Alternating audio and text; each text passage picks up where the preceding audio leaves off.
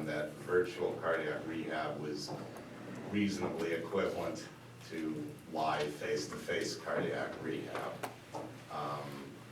Does that answer your question? Somewhat. I thought you mentioned that with the, member-centric issue, that you would open it for another year, right? If the member is not ready. Is there anything specific that was done to even engage the members for the virtual cardiac? Because I heard that there was still a little bit of a hesitation on the member side. Yeah, I think the biggest complaint from at least my, my experience with my patients was the inflexibility of, when they go and see the nurse who does intake at these cardiac rehab centers, they find out that they have to attend sessions Monday, Wednesday, Friday, 3 days a week at a specific time.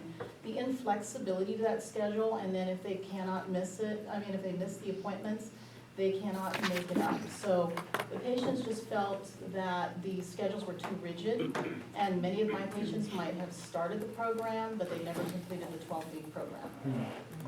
A majority of them. So there was that inflexibility that resulted in not adherence to that type of intervention. Transportation was a big, as Sandra mentioned, transportation barriers, distance here in Los Angeles. Even to go 30 miles, that'll take you an hour and a half, 2 hours. So it is a big problem in where we live and servicing patients who are in these very concentrated areas.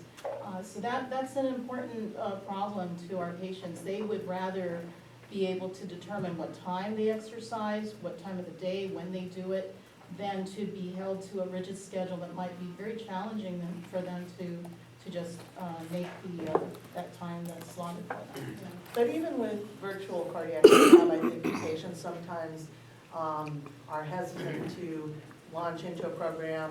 And I think the cardiologists in place of that do advocate for increased exercise, just kind of as tolerated. It's something that they did prior to the launch of virtual cardiac rehab, when the patients wouldn't go to the regular in-person rehab. And I think that over multiple visits, you can start to address those concerns. Also, just speaking for the heart failure program, we're looking at increasing awareness by spreading information through our member-centered newsletters and things like that. So something that can reach out and say, if you had a heart attack, these are the services that we offer, and hope that we can draw more patients in that way. And of course, Heart Failure Awareness Week is coming up in February. So I know at my medical center we have a fair that we focus on all of the different heart-specific and comorbidity-specific illnesses. So we have blood pressure measuring, and we have diabetes. We address diabetes, and we talk about heart failure, what's new for heart failure, and so on and so forth. And for that, we'll also be featuring our virtual criteria. Any other questions? I'm just moving us along here. So we did figure out how to do this with an external vendor. We designed a program, got a lot of input from patients, clinicians. We piloted it at Riverside Medical Center first. It's now in all of our medical centers. And I have a few more slides. Basically, there's some gizmos and gadgets in here. We couldn't avoid it. But patients use their own device. We can, monitor how they're doing. We can follow them and engage them electronically. All data is brought into a central secure cloud, and we can register patients and keep them engaged in a very different way than when they're just coming to a center 3 days a week. I have a question. Do you have any incentives built into that as far as? Incentives for the patient? For the patient, yeah. There's a whole, I could talk for 10 hours on I know. incentives. The answer is their incentive is that they get better. I'm But just curious, because I've seen things like this, and we get something with earned points, and then be able to help you digest or books or. it's something we should consider. Just a suggestion. Well, just to, piggyback I mean, if you're dealing with a population, at least my membership that I manage is Medi-Cal, so it's a little bit different to get that population engaged in something like this. So the incentive part speaks pretty loud to me. So I'm just wondering, I mean, we're not talking about private, insured commercial in the Medi-Cal, population. There has to be a little bit of a difference in terms of engaging the members. So I would encourage you to set up your own virtual cardiac rehab and then pilot on incentive. No, it can make a difference, and just with our weight management program, we used to have a copay of like $10 a session, and when we eliminated that, our enrollment went way, way up. And so these small things make a huge difference, and it depends on the population. They've done a lot of studies with smoking cessation and other things, and moderate financial incentives. They don't have a massive impact, but they have some. And so I think that's something we should think about. I would not object. Right now, we're partly dealing with capacity issues. It's not like we've got a massive extra capacity and we're begging for patients to come in. We're ramping up the volume of the program and the capacity as we get more patients. Well, you have that excess capacity, could No, you we don't have. consider using it for prehab instead of just rehab? In theory, yes. I think we'd want to start thinking about evidence, but you're raising an interesting point, which is as the cost of the cardiac rehab goes down because it's now remote and all of that, maybe the indication should get more liberal. I kind of like that. This is all about getting patients to really change. It's actually the therapy is kind of a funny word for it because the patient's doing all the work. And we just sort of sit around and watch them and monitor them and encourage them. And so incentives and other things are the key. And I think if we can figure out how to do this efficiently enough with enough capacity, that could be it. Maybe we'll come back, you'll invite us to speak in a few years on that. But basic sort of, and you probably can't see this from way back there, but just at a high level, there's a referral from a doctor. Patients can't self-referral. There's an enrollment process with a case manager who explains the program, an orientation that often is in person, and some kind of physical assessment, and they go through the rehab care. And I'm sure any place that sets this up would do it somewhat differently. So far, we've enrolled 2,300 patients. These numbers are probably a little bit old. 1,800 have finished. It's not that the others dropped out, but they're just still in process. Our completion rate is almost 90%, which is way, way up and incredible. And if you think about it, it's patients can do this at home when they want to, where they want to. Referrals have gone up by about 44%. Does that mean that 90% of the people enrolled are exercising? Because that's amazing. It's 87%. Yeah, they've completed the program. Now, we don't have long-term follow-up. Maybe as soon as they're done, they go back to being couch potatoes again. And that's, I think work we're going to have to think about and figure it out. In terms of the components of the program, I mean, compared to the old cardiac rehab that was difficult to access, how much of this, percentage-wise, was present in the original? And the reason I'm asking is that if you ask everybody to do their own, what kind of standards are they going to have for developing a program with the right components? Well, it's the same components as face-to-face. Other people may want to comment, but it's just done remotely and it's monitored.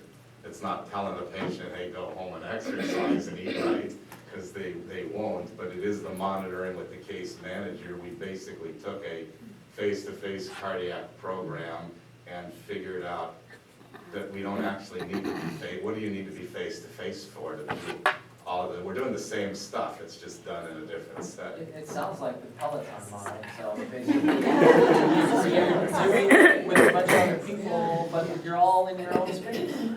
So just one question, do you have any cost analysis that you can share on these members that have actually completed it in terms of there's decreased cost in medical care or total costs related to their cardiac disease? Okay, no, we have costs of the program itself, but in terms of, we've saved, I can tell you, I'll have some data on that coming up. We've saved in readmissions and we've saved in, we know from the literature we're gonna save in some of this stuff, but we haven't costed it out to build a business case that I could actually show you. As you and applaud, getting into the behavioral aspect, right? Because that's the beginning of the issue and it's the continuation of it. But is there a social dimension to that? Is there a buddy program? Is there any effort to connect one patient with another to reinforce each other or anything I like don't know if you guys have any thoughts on that. No, we haven't taken it to that level, but, I work very closely with our cardiac rehab nurse. And you just have to have the right person, I think, to be their coach, because that individual is gonna be very crucial to motivating patients. When I refer patients, I spend, just to be able to participate in this effort, there are some patients that are just gonna, the first thing they're gonna say is, no, I'm not interested in this traditional model, I'm not interested in virtual rehab, I'll do it myself. And I really, I know looking at them that they're probably not gonna do anything, I know that they're not exercising. So those are the ones I really want to get in this program, because the hope is that they're gonna be adherent to an exercise program after they complete the program. And our cardiac rehab nurse is a very energetic, very enthusiastic, advocate for the program, and I can see her, really changing the way these patients, these reluctant patients think about, the way they think about exercise. So it really requires a combination of important components to make it a success. There's lots of scope for taking it further, but what's striking is how simply virtualizing the original model, how successful that would be. Dr. Morrison, I think you have it. I realize I don't actually understand what it looks like. Like, are they, once they get enrolled, like, are they at specific times seeing a provider? No, it's like preset. Are they watching videos? Are they getting assignments? I'm sorry, I missed the, like, how many people are involved, or you just start the program virtually and then you follow? They're followed remotely, we can track But their. what are they doing? Are they getting instructions, like exercise today, or Yeah, I can watch answer video, that. or? So when the patient agrees to the virtual rehab model, they get a consultation face-to-face with the nurse coach, and she assesses the patient. We had started out, part of the assessment was to do a pre-exercise treadmill. That now has been eliminated. But these patients generally are assessed for their ability to exercise, what are some of the limitations maybe physically they might have. They do require that they have their own smartphone. And I don't see that as a barrier. There are some patients that say, no, I don't have one, I just have a flip phone. Usually they're there with a family member and they share, or they're able to give them a smartphone for the course of that treatment or intervention. So I don't see that as a barrier. They get a watch, the Samsung watch, which monitors their steps and activity levels and heart rate. That data is downloaded through their smartphone into a server that the nurse receives. And the nurse can tell, when she prescribes an exercise program for them, it's based on goals. There are certain goals, heart rates to achieve, time of exercise, the amount of time they're doing that. And then she assesses she can see how much activity and for the duration of time that they are actually exercising. She checks on them on a weekly basis for the course of 6 weeks. It's a 6-week program.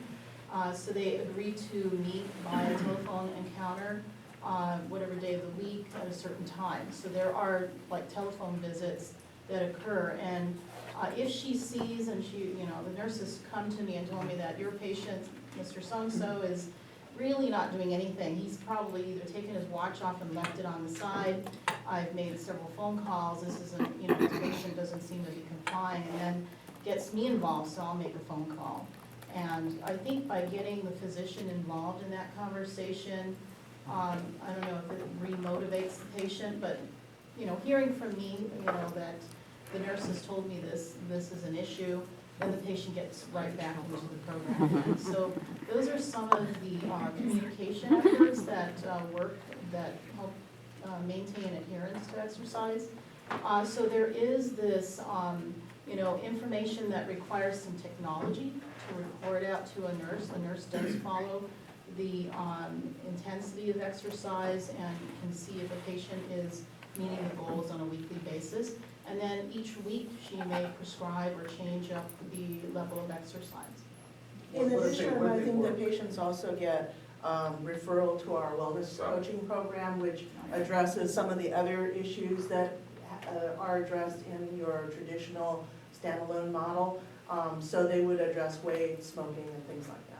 But Yeah, I think these most weekly important- calls are actually fundamental to the program. They're getting a lot of coaching and motivational interviewing type behavior modification, but it's done via phone after they've initially been evaluated face to face.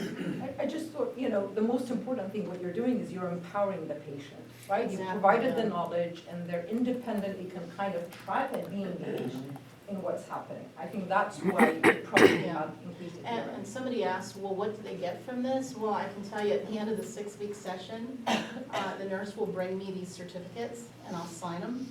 And she said they just love that. They love getting a certificate that shows they completed this course.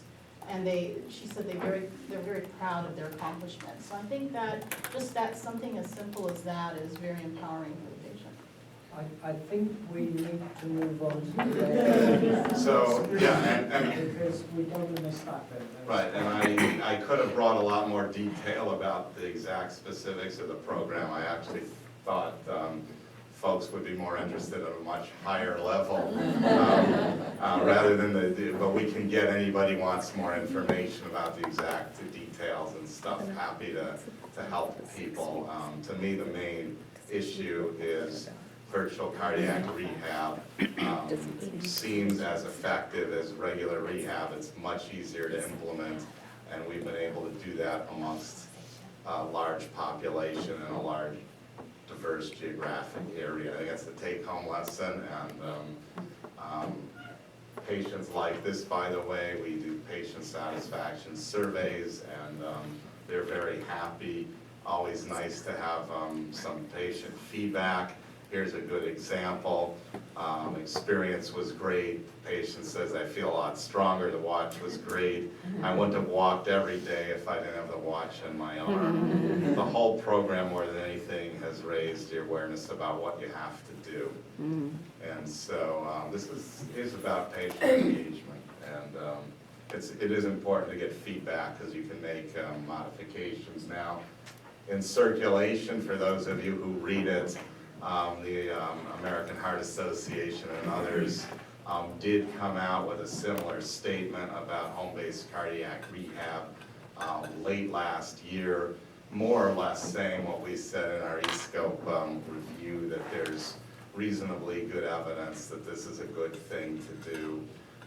I would argue, does it have to be exactly equivalent to face-to-face cardiac rehab? If virtual worked 85% as well, but you can get 10 times as many people doing it, it's probably, the cardiac rehab is the best one, is the one that gets done, is sort of my view on this thing. But you can look at that article if you want to sort of see their meta-analysis of all the review here. We kind of talked about this a little bit, so maybe I'll skip it, but lots of barriers here. I wanted to talk about aortic aneurysm screening.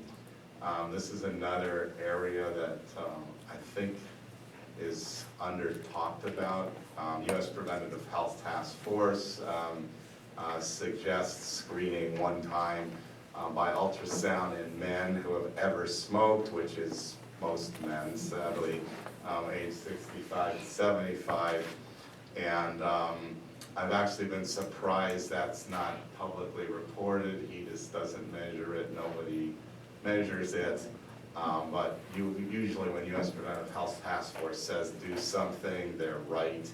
You could argue that sometimes they don't say to do something when they should, because like I said, they're a very conservative group of folks, but when they say something, I think people need to listen. These are usually asymptomatic patients until they rupture, in which case they can die within a few hours. Often when they die, they get mad, or their family gets mad, and then they file lawsuits. You may remember John Ritter died of an undiagnosed ruptured aneurysm, and I think he got a very nice, not him, but his family got a very nice settlement. Family history, smoking, male age are the kind of risk factors here. So if the aneurysm is not ruptured, basically they're watched until it gets to a certain size. And I shouldn't say they're watched, they should get aggressive statin therapy and blood pressure and all of the right care stuff that we talked about. We did a mortality review on our aneurysm patients that came in with ruptures, and I thought we were gonna find opportunities in the emergency room management and diagnosis. Where we found the opportunities was actually in screening and following known patients. We found 25% of the patients who came in with a ruptured aneurysm we knew about, but were not being followed properly. This gets to the hazard of incidental findings, which I love the first talk, but a lot of these patients got imaged for back pain or whatever pain they had. Somebody would see an aneurysm on the x-ray, they'd put it in the report, and because the PM&R doctor ordered the scan, they weren't paying attention to that, and it just didn't get followed up. And this is a huge problem in radiology.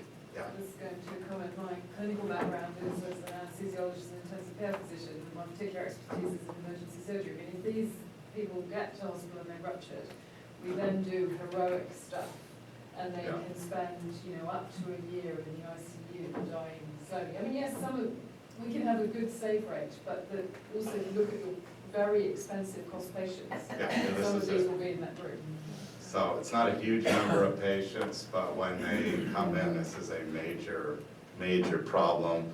About a quarter of them you can find by just looking at your own records. They're buried in radiology reports, and then we found the remaining were unscreened. And so